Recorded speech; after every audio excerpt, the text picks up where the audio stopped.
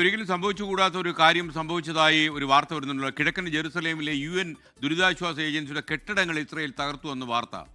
ശരിക്കും സാധാരണ UN ആക്രമിക്കില്ല എന്നാണല്ലോ സ്വാഭാവികമായും നമ്മൾ വിശ്വസിക്കുക.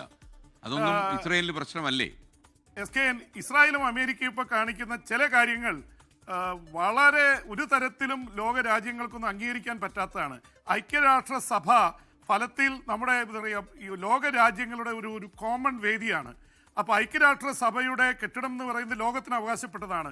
അത് കിഴക്കൻ ജെറൂസലേമിൽ പാലസ്തീൻകാർക്ക് ദുരിതാശ്വാസത്തിന് വേണ്ടിയുള്ള ഏജൻസിയാണ് അവർ കെട്ടിടങ്ങൾ തകർത്തിരിക്കുന്നത്. അതിനെതിരെ UN secretary general Antonio Guterres അതിശക്തമായ ഭാഷയിലാണ് വിമർശിച്ചിരിക്കുന്നത്. അതൊക്കെ തിരിച്ച് തരണം, അത് തകർത്ത കെട്ടിടങ്ങൾ പുനർനിർമ്മിച്ച് നൽകണം എന്നൊക്കെ ആവശ്യപ്പെട്ടിരിക്കുന്നു.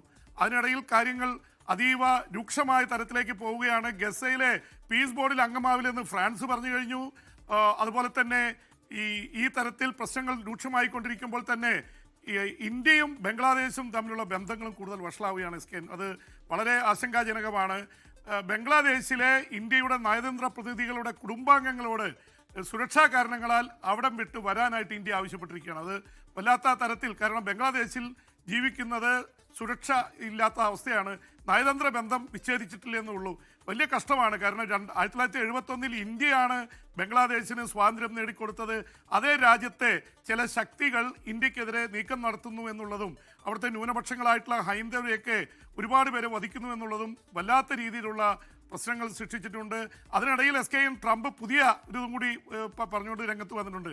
ഗ്രീൻലാൻഡും കാനഡയും എല്ലാം അമേരിക്കയുടെ ഭാഗമായുള്ള ഒരു ഭൂപടം വരച്ചിട്ട് തൻ്റെ ട്രൂത്ത് സോഷ്യലിൽ ട്രംപ് പോസ്റ്റ് ചെയ്തിരിക്കുന്നു. അമേരിക്കയുടെ പ്രസിഡന്റാണ് ഇത് ചെയ്തതെന്ന് ഓർക്കണം. രണ്ട് രാജ്യങ്ങൾ ഗ്രീൻലാൻഡിൻ്റെ കാര്യത്തിൽ തിരിച്ചുപോക്കില്ല എന്ന് പറഞ്ഞു.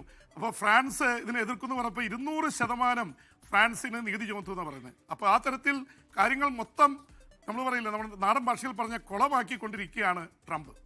ലോകത്തെവിടെയായാലും ഏത് സമയത്തും 24 വാർത്തകളും ഓഗ്മെന്റഡ് റിയാലിറ്റി പാക്കേജുകളും എക്സ്പ്ലെയിനറുകളും വിശദമായി കാണാൻ ഞങ്ങളുടെ YouTube ചാനൽ നിങ്ങൾക്ക് സബ്സ്ക്രൈബ് ചെയ്യാം.